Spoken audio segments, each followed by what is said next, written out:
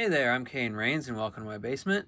Today we are looking at a big one, that being the Avengers Tower DTC set from a little while back, not too long. I know it's getting to the point where it's probably going to be discontinued soon, and I've wanted it for a while. There's been a very specific place in my city that I thought it would be good for, and it's it was just on backlog for like 6 months straight, and I had gift cards and all this stuff set aside for just this, but the only place I could get it was resellers, and the cheapest I ever found it for the reseller during that time was $50 extra plus tax, or $250 extra. So I waited and I waited, and here at last we have the Avengers Tower.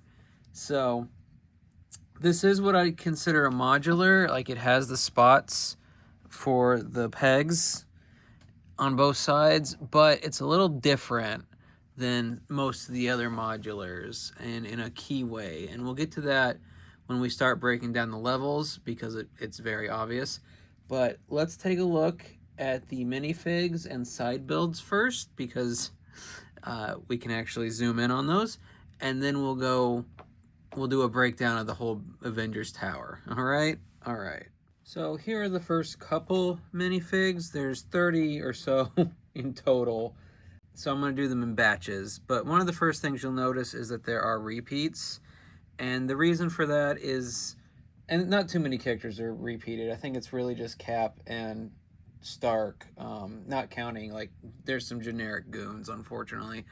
We'll get to those in a minute. But because this set is more of a celebration of the entire Marvel movie series up to a point, there are some repeated things, including the time travel elements of Endgame, that are shown in part through the minifigs and through some parts of the build.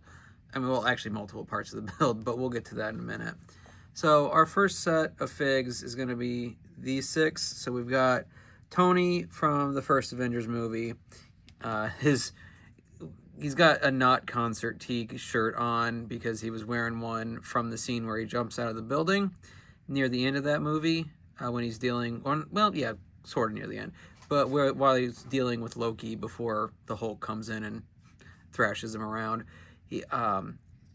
It's not required for his build, but he does have this back connector piece, and that goes with one of the side builds that we'll look at in a second. We've also got then marks 6 and 7 of his armor, 6 being what he had towards the beginning of that movie, and then 7 being what he had towards the end. We then have basically Endgame Cap, and then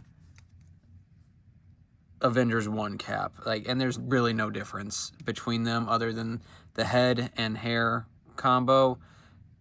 Avengers 1 Cap has the mask set up, and Endgame Cap has his hair. And then we've got Thor, who is also, I believe, supposed to be in-game Thor. I mean, doesn't quite have the bod, but the beard is from later in the movies. And then there's also an Ant-Man microfig. So that's neat. I will go ahead and get this out of the way. Well, I mean, I guess I'll bring it up as we go, but only some of these figs are going to have the leg printing that I'm so obnoxious about. So for some of them, it makes sense why there's not leg printing based on what the character's wearing, but for others, not so much. Like, I know there's been Captain America's with leg printing before. Same, I'm pretty sure Thor as well.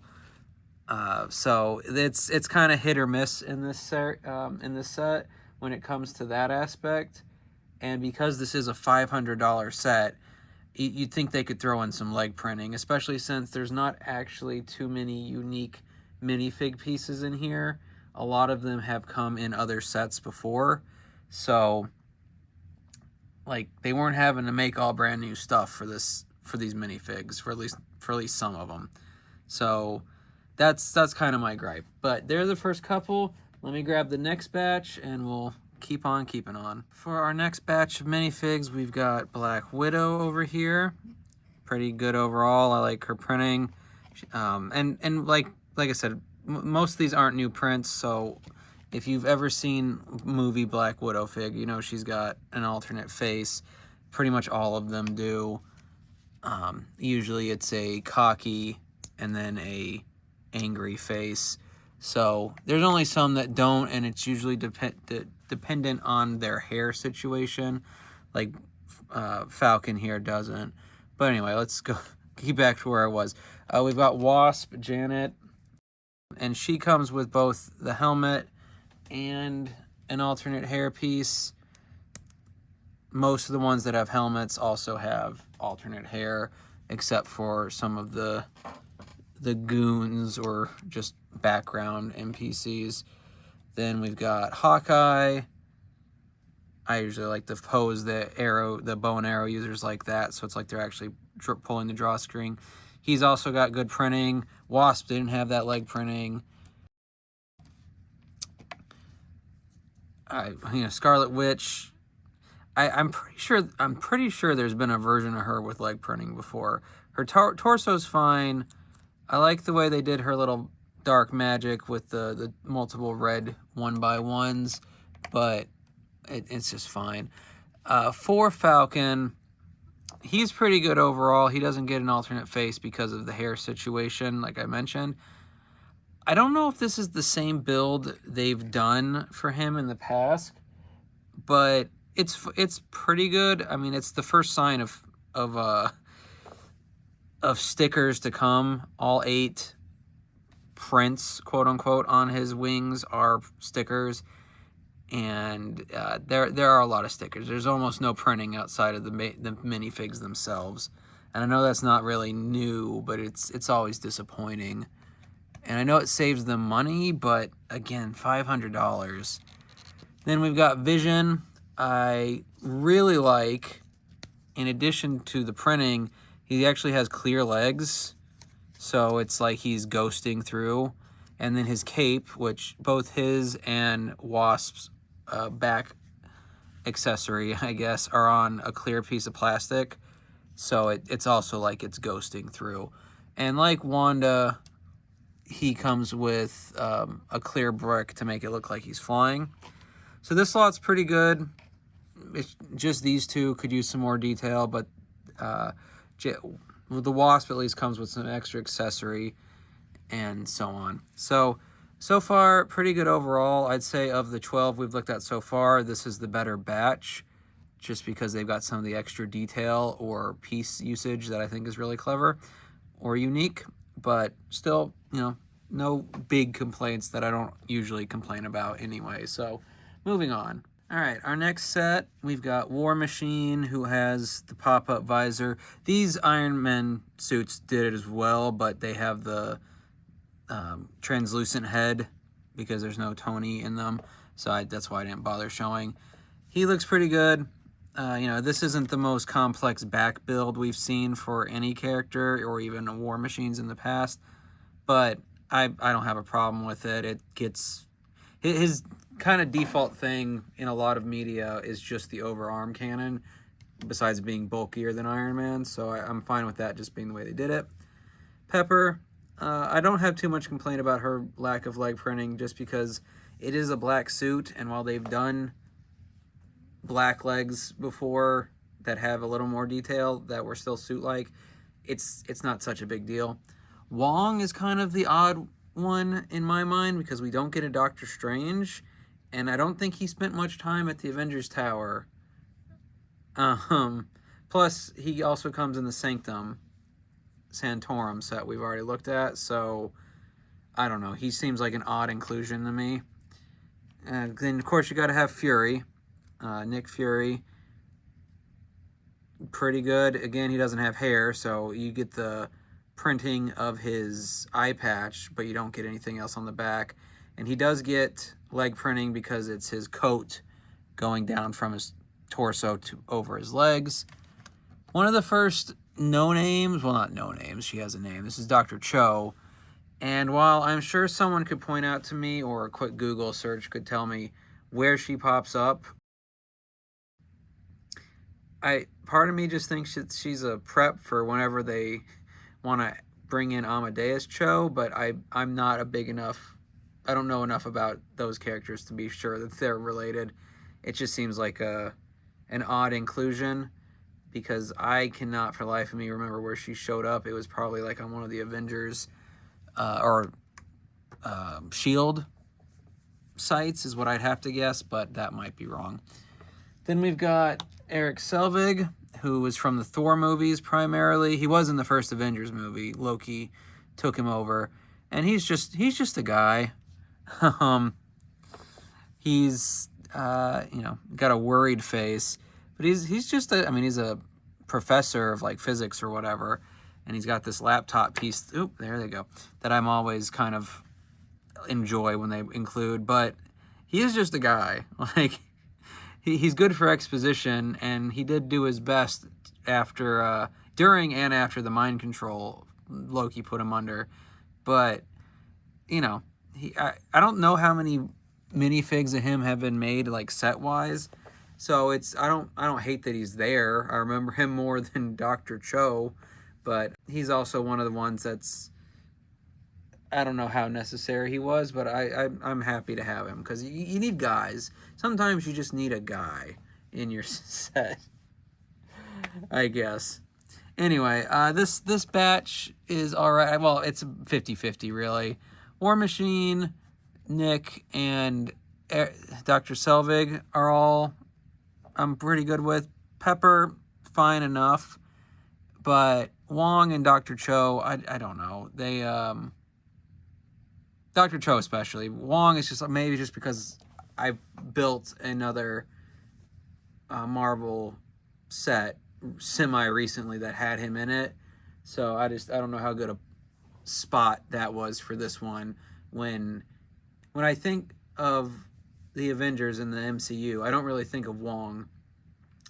I like him as a character. I'm glad he got to show up in more of the shows and whatnot, like She-Hulk, and have his own little life outside of Doctor Strange. But I don't think of him as this group. So and I know he played a part in Endgame with the other Avengers and whatnot, and Infinity War. But anyway, I'm getting off topic. But I don't know. We're just getting to the point where some characters might be not as necessary as others. That's all I'm saying. So let's move on to the next set. All right, we're getting towards the end of the minifigs now, which means we're getting to a lot of the repeats. So let's knock out the unique ones first. We've got Alexander Pierce, who was from the second Captain America movie, basically the spy thriller one where he's a Hydra agent. He's another one where I don't know how many sets really have had him in the past. So while I still don't think he's unique, I don't think I have him. So I think it's pretty neat. Loki, pretty good. I know this helmet was not something they included in a lot of the early Marvel sets. And then he's also got a gagged face from the end of the first movie and other times.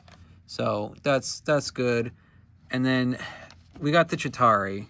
And I don't have a problem with the Chitauri in general, but they did take up 4 spots of Chitauri, with Chitauri, whatever you want to phrase that. So, while it makes sense, I guess, for what, because they were the army that the Avengers fought in the first movie, but 4 minifigs, when they've put the Chitauri in a lot of sets before, so to have, what's 4 out of 6? An eighth almost? An eighth of the minifigs, which might not sound like much, but to have 4 of them be exactly the same, except that 2 have guns, it's iffy to me. It doesn't seem like, it's not a choice I would have made. We've also got Ultron in his Yeah, in his Iron Legion body, the first one he had before he started making his own stuff and trying to destroy humanity and, you know, all that good robot stuff. So I'm pretty sure, I mean, this might be an updated print, I think, because they did, I know this was they made this version of the figure way back when that movie came out, but, so I don't, and I don't have that on hand to compare, but I like it. You got a good look at all the inside parts. The leg printing could be, it's almost like they wanted to dual mold it for some reason. Like, that's a weird spot or space that they've left. So, like, I appreciate them doing it. I wonder if it has something to do with the fact that he has 2 different leg colors. But I don't know. It's odd that they did it that way with the space there. I'm still good with it. There's not, because you don't get any other Ultron bots. I would have preferred that they toss in, maybe get rid of 2 of the Chitauri and toss in 2 other Ultron bots, whether actually Ultron himself or just the Iron Legion he modified. But, you know, that's neither here nor there. Then we kind of get 2.5 just shield agents. There's a girl one and a guy one for the primary 2. There we go. So, and they're identical otherwise. But the reason I say 2.5 is because we also get Tony dressed as an agent, and he does come with an extra shield, an extra helmet, but from when he was undercover, quote unquote, from Endgame during the time travel, the same point that we had the 2 caps from. So we've got 2 caps, 2 Tonys, and then a couple of Tony's armors, so on and so forth. I don't really hate that because they even have a spot for some of those scenes to play out. Actually, yeah. But again, there's some of the choices made with the extra, you know, just meh character, like, well, no names, NPCs. Well, there goes my attempt to make it look nice. Especially the Chitauri. Again, they could have tossed in 2, and I would have been more okay with it. But the fact that we got 4, it's just irksome. Now, there are 2 remaining minifigs. Well, one's a minifig and one's a big fig. So let's just move those over here. And the first one is our final Avenger, that being Hulk. And this is the movie version of Hulk, obviously. And it's one of the newer big figs in that you can actually take off his head and his hair, which, for those of you who are more familiar with the older big figs, it was basically all one piece except for the arms, which it still kind of is, except that, you know, like I said, the head and hair pops off now. So, you know, it's good. I like the update on the big figs. I don't know how long that's been the way they've been doing big figs, because I haven't had room to open many sets that do them. I know I still have some unopened sets where they don't have the head like that, and they also have this place on their back now so that you can attach things. So that's pretty good. And that brings us to the final minifig of this set, the guy everyone thinks of when you think of Marvel, and that's, of course, Kevin Feige. No, it's not Stan Lee, because for whatever reason, we can't get a Stan Lee minifig. I don't know why. There are Stan Lee Funko Pops, but no Stan Lee minifig. Now, I know Feige is basically the one who pulled the MCU together. I mean, I know it's more complicated than that, but, like, I get why they included him. I just really think that there should have been an official Stan Lee fig by now. I don't get why there hasn't been. There's so much other Stan Lee merch out in the world, and there's just no minifigs. So, whatever. It's fine. I still don't, other than maybe the hat, I don't know if there's really anything unique about him. He does have a falafel, so that's fun, I guess. There's actually another reference to that scene from the first movie in this set. but, you know, it's just fine. Again, I don't know how unique any of this stuff is. Certainly not his legs, since there's no printing, but it's, you know, it's cute that they included him. I'm not complaining. I really want a Stan Lee fig. So there's that. So there's our 30 minifigs. They're mostly good. There's a couple, like, what were they? Well, like I said, Wong, because he's in the Sanctum Sanctorum and several other Doctor Strange sets, I'm not too hot on. Same with Dr. Cho. Well, not same, but, like, I don't remember her ever having, like, a big role. And then the repeated goons, like, especially the Chitauri, but I don't, the same thing with the SHIELD agents. I think they could have just had one, and then, I don't know. Like, most of them are fine, because they're pulling from different points in the timeline, and it's concerning a series that has time travel canonically. So, you know, it's fine. I'm not, like, harping. I'm not saying it's a bad selection. I just would have made a few choices here and there. So, now that we've looked at all the minifigs, let's look at the side builds, and then we'll start with the set itself. All right? All right. All right, here are the Chitauri side builds. They are some of the flying vehicles that they had in the first movie. And two of them are identical. They are these, you know, flying bikes, I guess, that you can plop them in and kind of have them driving like that. And then both of them have the same tow bit, but then you just connect that there, and you can pop Loki in there. So that's, again, from the first Avengers movie. It's fine enough. I'm not sure how necessary it really was, especially not to have a second one, because maybe if the build, maybe if the build was in such a way that you could have one of the gunner, quote-unquote, Chitauri, the ones that have the guns, shooting off the back the way they did in the movie, I'd be more for it. But I don't know. It's just, I'm not sure how necessary these were. They're neat little builds, and I'm sure they're better than the old sets that had the Chitauri from the first movie. But I don't know. They're just fine.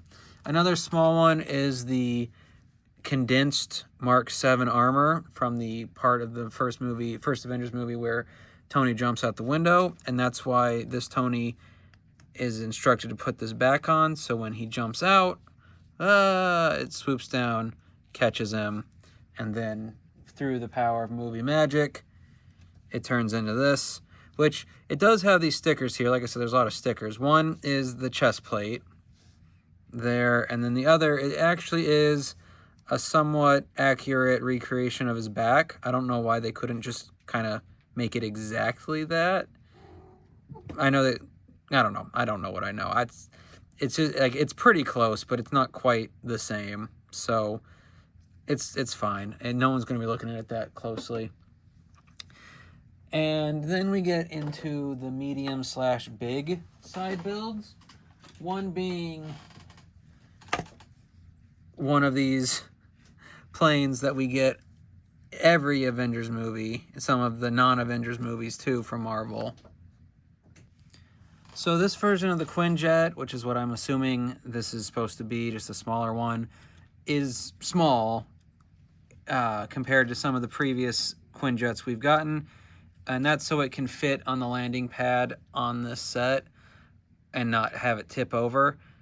You know, as far as, again, necessity, I kind of, there's something I'm going to complain about in the build. It's not like, doesn't make me hate the set or anything, but it does make me have something to talk about. And I kind of feel like this and the next one we're going to look at could have been, the part count could have been put to better use. It's a neat little build, and you know, the cockpit just pops out.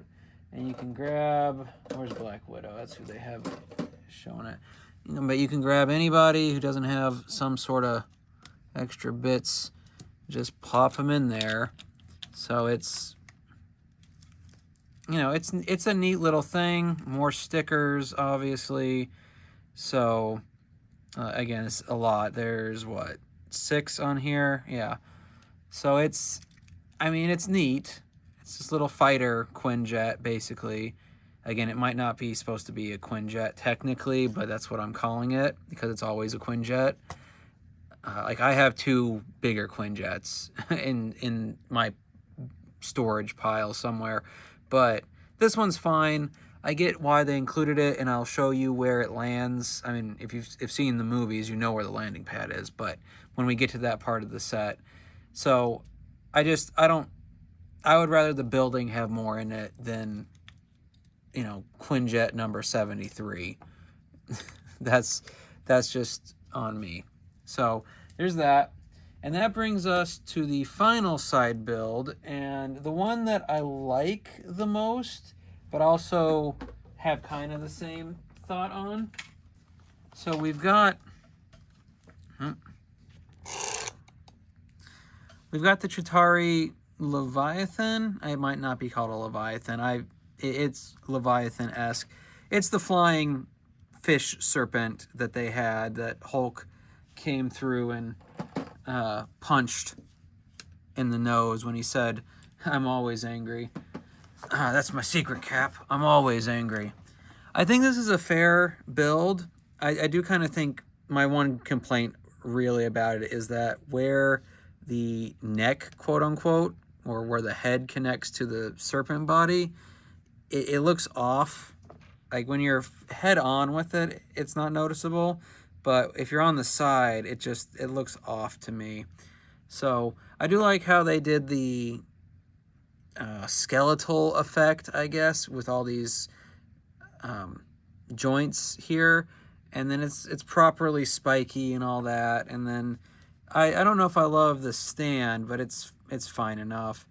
But I know they made a set of this, and I think it was a little bigger, that also came with Movie Hulk and probably 1 or 2 other figs.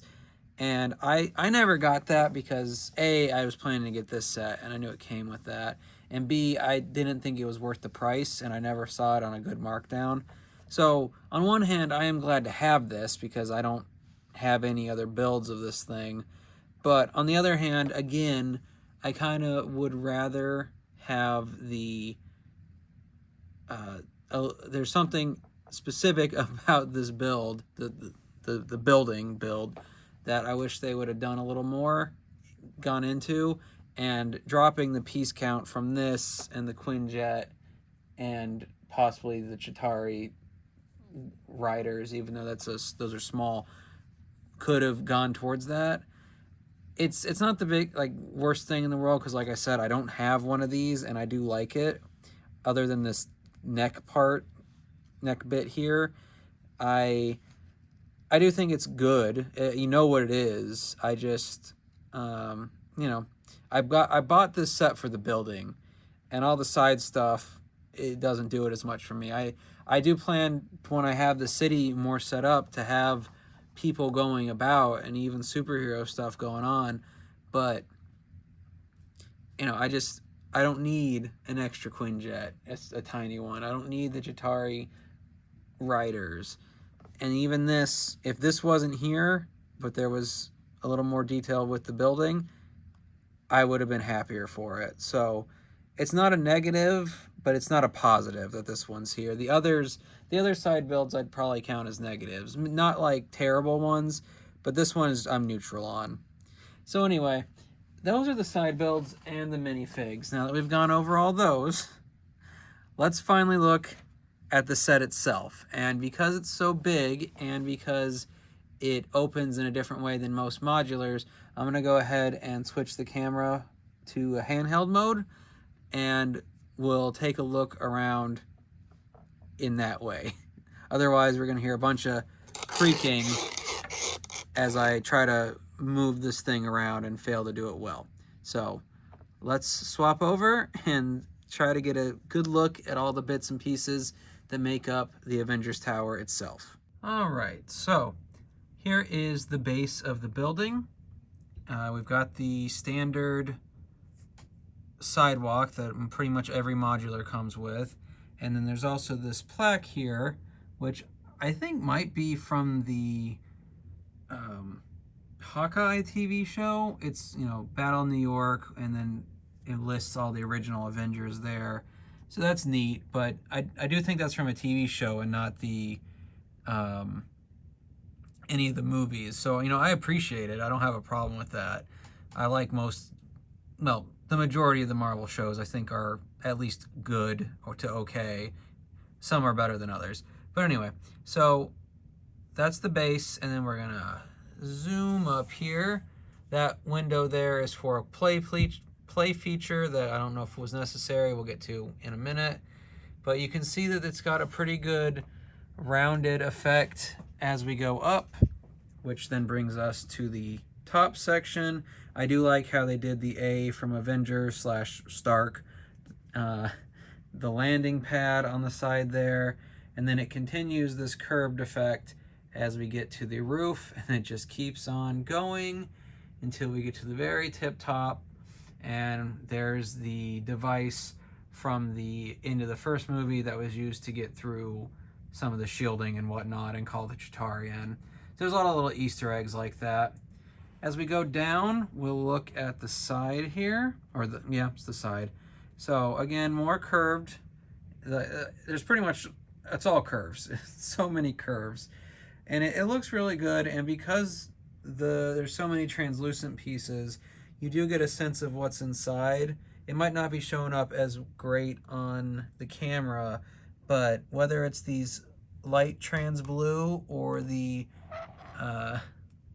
I guess they're trans clear pieces, but they're a little darker, but you know, you can see through. Like even now, like when there's stuff in the way, it's harder, but if we're going from this side, see, you can kind of see the promenade in between the buildings there. And you're not going to see directly through, except maybe up here where there's an opening on the other side. But I do still think it's pretty good.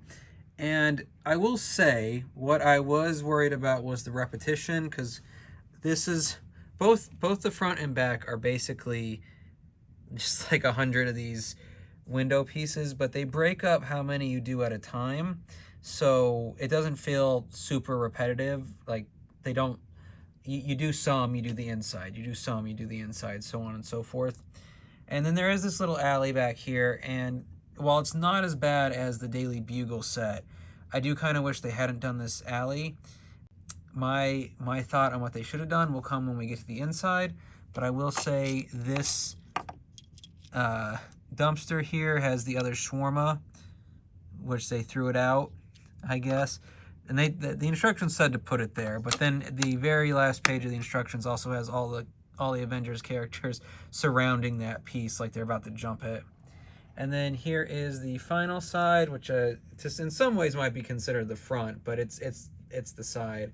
But again, they've got this really nice curved feature here, and then using two sets of the slopes, you get this effect on the edges of both sides of this curve.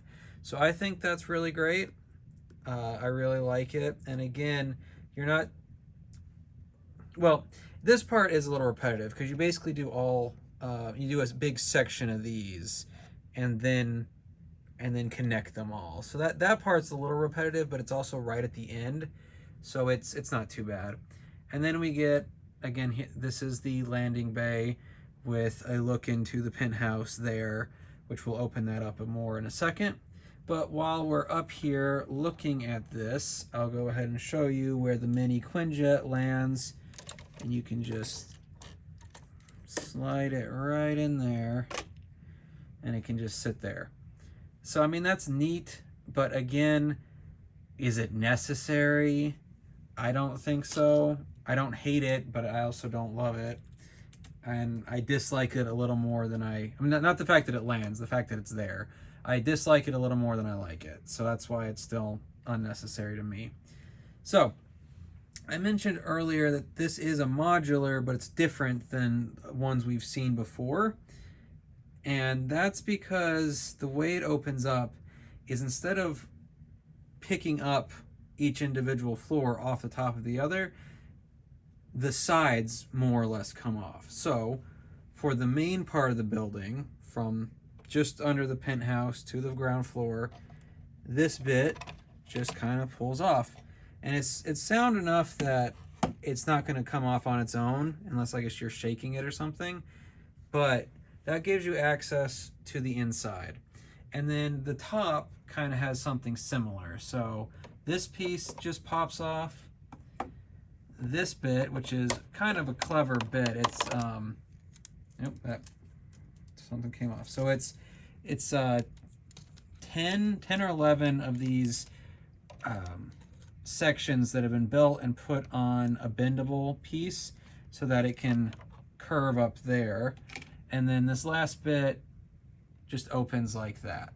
So you get access to everything, and then a lot of what you can get access to are either scenes or references from the various Marvel movies. So let's start at the bottom and work our way up.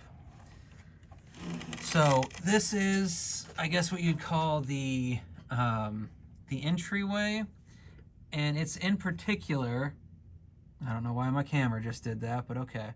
In particular, you can see the Tesseract there. So that's the scene where Tony's dressed up as a SHIELD agent, and there he is. So Tony's as a SHIELD agent. Loki's been cuffed, but then he grabs the Tesseract, and you get the Loki miniseries. So that's where that is. As far as the movies go. And then, so you can see an entry desk there.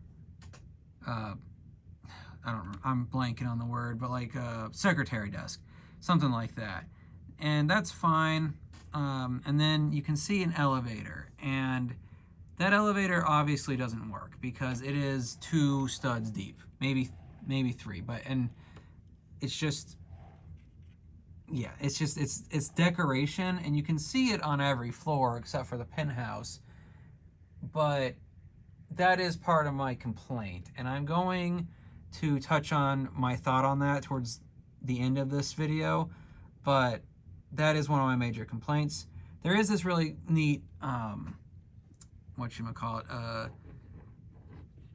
vending machine build, and it just kind of pops out, so I can just show you real quick. So you can take the top off and move the drinks around, but they are just loose in there. So, but it's a good look. I like it. I've seen, I think, more detailed, quote unquote, vending machines, but as far as taking up space in this one, I think that's pretty good. Moving on to the second level. Now this is where the 2 Captain Americas are supposed to fight.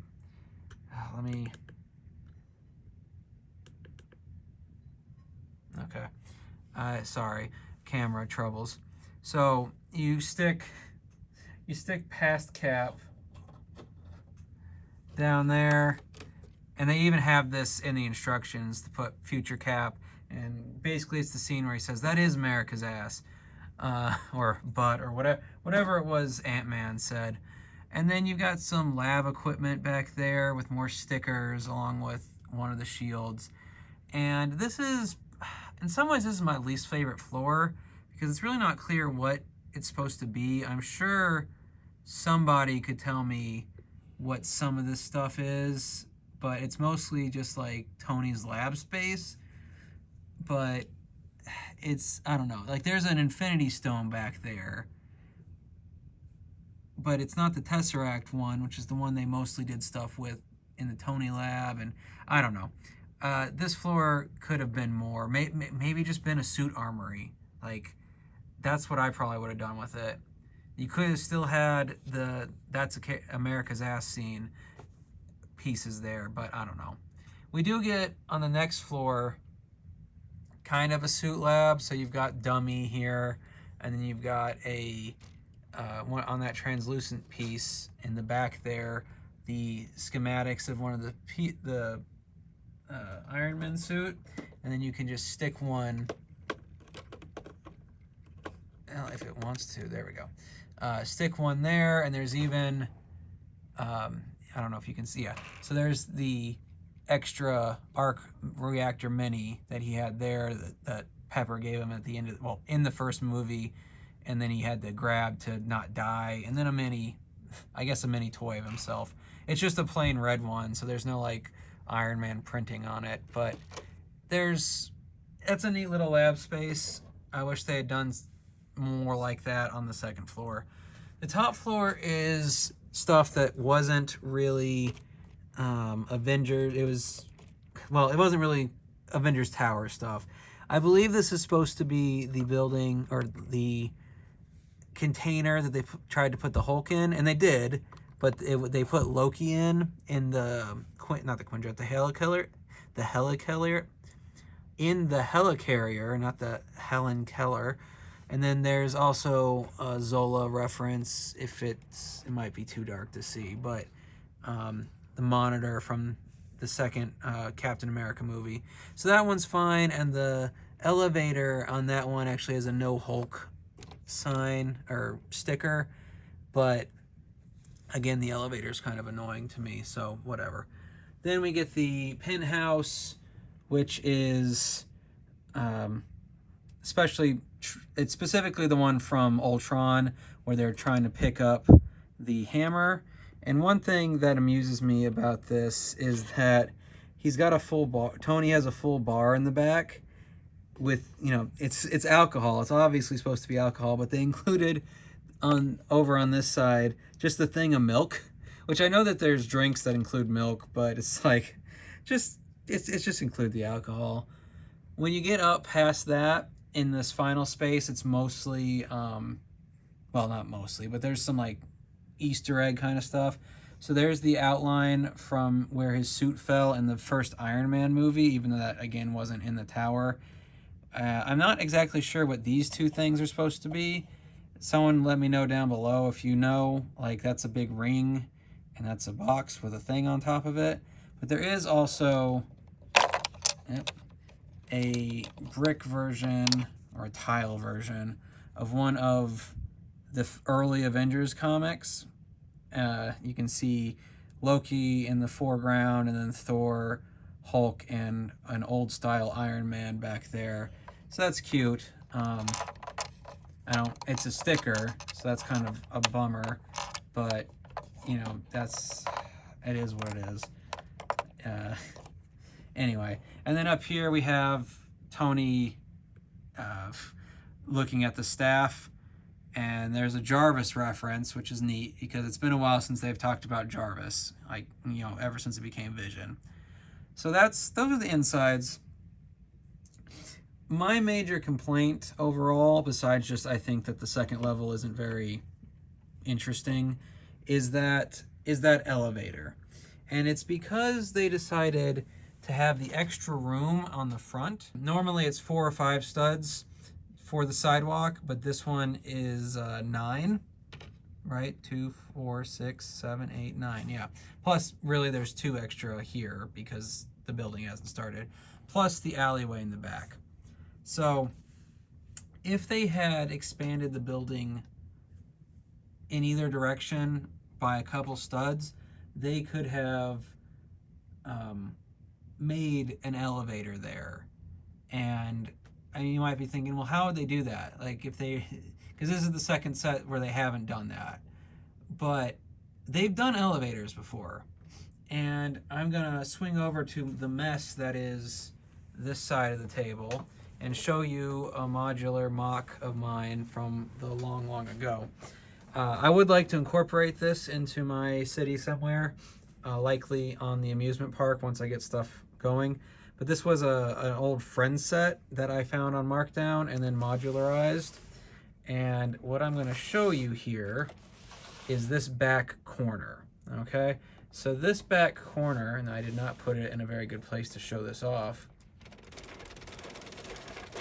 Cool. I'm gonna put this camera down for a second and then cut this later. So here is the elevator this came with. Now this is meant for mini dolls, so it's a little wider and more open, but by using this thing on the side, this little knob, I can raise it up to whatever of the 3 levels I want, and then when it's at the level I want, I just turn it like that, and now it won't go down on its own.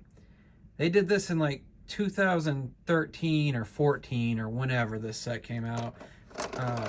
This is one of those rare finds I got that was actually a really good deal, so I made it into a modular, and this was before I found Studio, so I'm actually pretty proud of this. I really want to include it somewhere in the city. I just haven't figured out where that's going to be yet. So anyway, but if they could do that here, I'm pretty sure they could make a slightly smaller one that would work with these elevators here. I know they'd have to figure out the doorway, but I don't know. One of the things I love about modulars, the reason most of my city is just modulars, including the neighborhood section over here, even if they're not all like done being modularized, is that the minifigs could walk up the stairs or take an elevator or whatever and get from one floor to the next. You can't do that in this set, and I know the realism isn't that important, but it's like it's such a little thing to me. No, I mean, not to me. It seems like such a little thing. Drop some of these side builds and just expand it a few bricks, a few studs in width, and have that elevator, and then don't have this alleyway, or have like 2 to 3 studs less on this side, and that would alleviate me. Now it would probably make it a few dollars extra even by getting rid of the side builds and maybe some of the minifigs, but I don't know. That's my biggest the most irksome thing about this set. I really like the references. I really like the build overall. Like, I think when I put it in the space I've been saving for it in a minute, I think it's going to look really good. I hope so, or else I'm going to have a fit. But it's just like that little extra. Like, that was my major complaint with the Daily Bugle too, if you remember. I just really wish they had done something like that instead of try to give it play features. But anyway, overall, I still like this set. I still think it looks really good. I'm really happy with it. And the last one thing I'm going to show off before I put the front back on and figure out how I'm going to move it to its spot is that you may have noticed these pin spots throughout. They're all kind of over it, and there's actually a bunch of them on this pretty much every side. And that's so you can take some of the side builds and whatnot and put them in where you want. They included a bunch of the different clear pieces that I'll just sort of jam in there.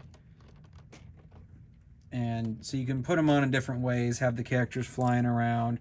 And and then this was a window being broken, so you can have like Hulk holding on there or whatnot. I'm probably going to try to figure out a way to get these 2 windows back in there. I don't really like that.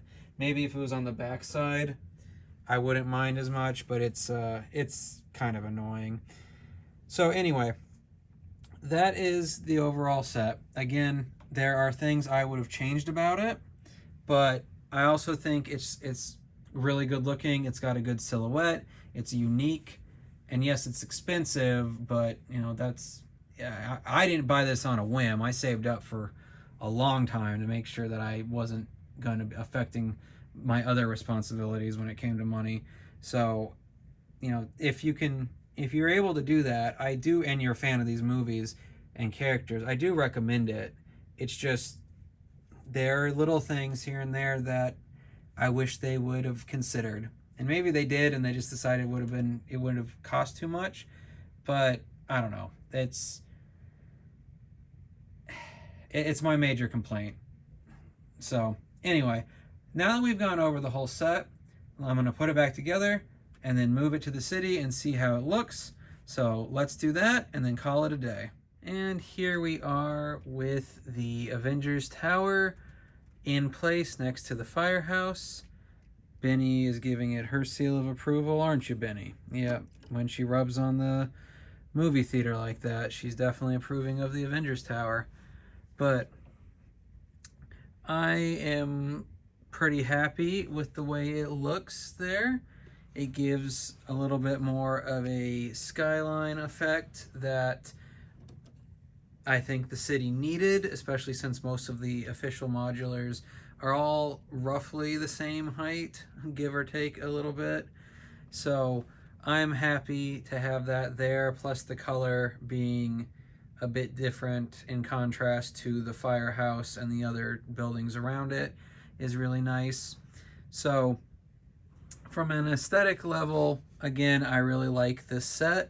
I do have my little gripes about it with the side build and the not misuse, but the missed opportunity when it comes to the extra space that was given to the sidewalk, alley, and lack of a